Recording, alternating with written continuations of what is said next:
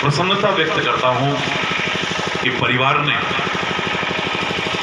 अपने उन संस्कारों को, उन सेवा प्रकल्पों को और उन महान कार्यों को पूर्ववत आगे बढ़ाने का जो महान प्रयास किया है बहुत सराहनीय है, प्रशंसनीय है, साधुवाद के पात्र हैं आप। कोरोना महामारी में बहुत लोगों ने अपनों को खोया, बहुतों ने सपनों को खोया। लोगों ने कहा कि ये समय बहुत बुरा आया था, लेकिन हमने देखा कि उस बुरा कहे जाने वाले समय में, क्योंकि समय कभी बुरा और अच्छा नहीं होता है,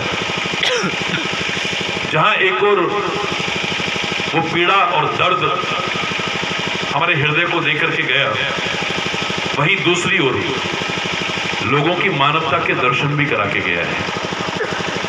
जो सेवा की है लोगों ने, संकट की उस घड़ी को भी अवसर बना करके समाज की जो सेवा की है, गरीब, असहाय, असमर्थ लोगों की जो सेवा की है,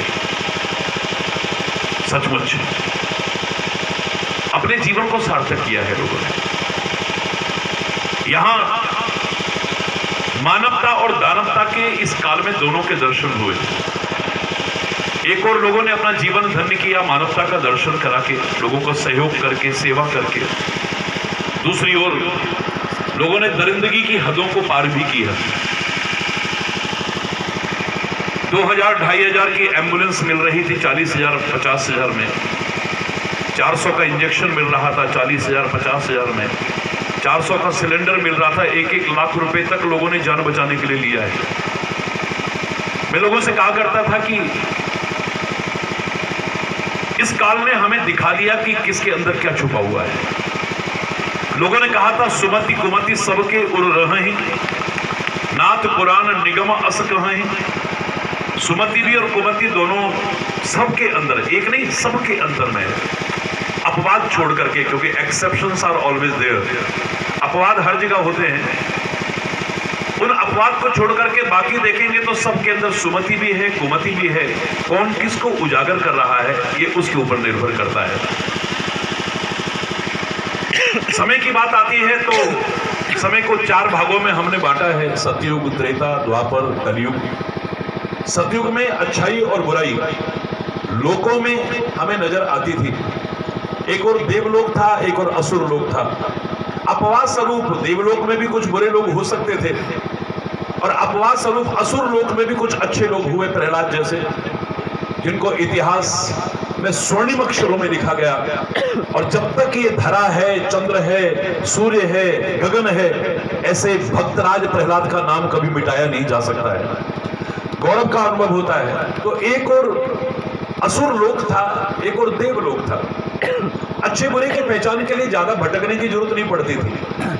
फिर समय बदला, त्रेता युग आया, तो अब लोकों में नहीं, अच्छाई और बुराई देशों में आ गई थी। एक और अवध था जहां अच्छाई के दर्शन होते थे, एक और लंका था जहां पर बुराई के दर्शन होते थे। अपवाद स्वरूप अयोध्या में भी कुछ थे मंत्रा जैसे, और अपवाद स्वरूप लंका में भी मंदोदरी परम भक्ता, त्रिजटा परम भक्ता, विभीषण परम भक्त। एक नहीं कितने उदाहरण वहां पर मिल सकते हैं जिनका शायद नाम यदि ले तो हम अपने आप को भी बौना महसूस करेंगे। तो अपवाद हैं। बाकी जो लोकों में अच्छाई बुराई थी सतयुग में, त्रेता में आते आते कुछ परिवर्तन आया। अब अच्छाई और बुराई देशों में नजर आने लगी। फिर द्वापर युग आया, फिर परिवर्तन आया, क्योंकि संसार ही परिवर्तनशील है। अब अच्छाई बुराई लोकों में नहीं, देशों में नहीं, परिवारों में नजर आने लगी। उसके उदाहरण है, एक तरफ कौरवों का, एक तरफ पांडवों का। परिवार में एक बुराई का प्रतीक माना जाता है, एक अच्छाई का प्रतीक माना जाता है। अपवाद स्वरूप कमियां वहां भी नजर आ सकती हैं, अच्छाइयां वहां भी नजर आ सकती हैं, क्योंकि किसी चीज का बीज नाश कभी नहीं होता है कहीं पर भी, याद रखना। अच्छे बुरे अपवाद स्वरूप हर जगह पर मिल सकते हैं। तो एक तरफ परिवार है, कौरवों का परिवार है, एक तरफ पांडवों का परिवार है, लेकिन अपने युग की बुराई ही मत करते रहा करो। मैंने स्कूल टाइम से कहा है, learn from past, think for future but live in present. भूतकाल से प्रेरणा लो, हो चुकी गलतियों को सुधारो, भविष्य के लिए योजना चाहे बनाओ, बनाते ही मत रह जाओ, लेकिन वर्तमान में जीना सीख लो। जिसने वर्तमान के हर क्षण का सुधार किया है, उसका भूत और भविष्य तो अपने आप सुधर जाएगा, क्योंकि वर्तमान की सीढ़ी से ही भूत और भविष्य दोनों निकलते हैं। जो भविष्य है वो थोड़ी देर बाद वर्तमान बनने वाला है, और जो वर्तमान है वो भूतकाल बनने वाला है।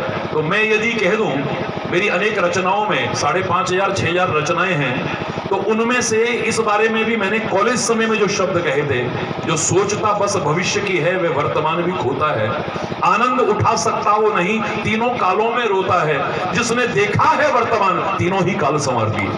जिसने वर्तमान को संवारा है उसके भूत और भविष्य अपने आप संवर जाएंगे, क्योंकि इस वर्तमान की सीढ़ी से निकलना है उनको। तो वर्तमान को कलयुग आ गया, बहुत बुरा है, बहुत बुरा है, नहीं नहीं नहीं, हम बुरे हैं कहीं सोचते नहीं है। काल ही कर्म ही ईश्वर ही, हम मिथ्या दोष लगाएं। हमने अपनी कमी कभी खोजने की कोशिश नहीं, दूसरों की तरफ उंगली उठाते हैं। प्रकृति ने कहा एक उंगली जब उधर उठाते हो तो 3 उंगली एक अंगूठा अपनी तरफ आता है। बच्चों, थोड़ा अपने अंदर झांक के देखो तो पता लगेगा कि हम कहां जी रहे हैं। दोष दूसरों के नहीं, अपने देखने की कोशिश करो और सुधारो, तो जिंदगी संवर जाएगी। जिन्होंने कमियां निकाली वो क्रांतिकारी संत भी एक दिन कह उठा, बुरा जो देखा न मैं चला, बुरा न मिलिया कोई, जो दिल खोजा आपना मुझसे बुरा न कोई। पहले कह दिया पाहन पूजे हरि मिले, तो मैं पूजू पहाड़, ये पत्थर इनकी पूजा करके क्या भगवान मिल जाएगा? माला लिए माला फेरत जुग गया, गया न मन का फेर, कर का मन का डार के मन का फेर। जिसको जो देखा कर पाथर जोड़ के मस्जिद रही चिनाए, पाचड़ मुल्ला बाग दे क्या बेरा, ये वही क्रांतिकारी संत है जो एक दिन शांत होकर के बैठा, मैं जिसको देखता हूं कमियां ही नजर आ रही है, या मेरे अंदर कमी नहीं है, सबसे बड़ी कमी यही है मेरी कि मुझे सब में कमियां नजर आ रही है, कहीं अच्छाई नजर नहीं आ रही है। मधुकर सरिस संत गुणग्राही, हमारी तो मधुमक्खी और भौरे की जैसी प्रवृत्ति हो, खाली गुलाब में से नहीं, खाली कमल में से नहीं, खाली गेंदे में से नहीं, जो आकोड़े के फूल में से भी रस ले लेता है। जहां से सार मिले, जहां से अच्छाई मिले, वहां से लेने की कोशिश करता है। और दुनिया में एक ऐसा नहीं होगा जिसमें कोई ना कोई अच्छाई ना हो, और एक व्यक्ति ऐसा नहीं होगा जिसमें कोई ना कोई बुराई ना हो। तो कलयुग में जब मैंने वर्णन किया तो मैंने कहा अब लोगों में अच्छाई बुराई नहीं है, अब देशों में अच्छाई बुराई नहीं है, अब परिवारों में अच्छाई बुराई नहीं है, अब अच्छाई बुराई हम सब के अंदर है, हम सब के अंदर है। थोड़ा अंदर झांकने की कोशिश करो, बाहर मत खोजो, अपने अंदर झांकने की कोशिश करो। कुमति निवार सुमति के संगी बनने की कोशिश करो। है गुण अवगुण सब विषय, इन बिन जंतु न कोई, इनके बिना कोई है ही नहीं, कोई दावे से नहीं कह सकता। एक छोटा सा उदाहरण सुनाऊं मैं आपको। गुरुदेव ने कहा, ए दुर्योधन जाओ दुनिया में से कोई अच्छा व्यक्ति ढूंढ करके लाओ, एक व्यक्ति ढूंढ करके लाओ। युधिष्ठिर, हे धर्मराज, तुम एक बुरा व्यक्ति ढूंढ करके लाओ, एक बुरा व्यक्ति। दुनिया में इतनी बड़ी दुनिया है भाई साहब, महीनों घूमते रहे दोनों, और दोनों खाली हाथ लौटे, दोनों खाली हाथ। महाभारत का उदाहरण कभी पढ़ने की कोशिश कीजिए। गुरुदेव के चरणों में आके प्रणाम किया, घुमाए सारी दुनिया, बोले सारी दुनिया में घुमाए। अच्छा दुर्योधन, तुमसे कहा था एक अच्छा व्यक्ति ढूंढ के लाना, बोले महाराज मैं तो सबसे पहले संतों के पास गया, महापुरुषों के पास गया, बड़े भक्त जो त्रिपुंडधारी थे और फलाने तिलक लगाते थे, माला रखते थे, मैं तो उनके पास गया।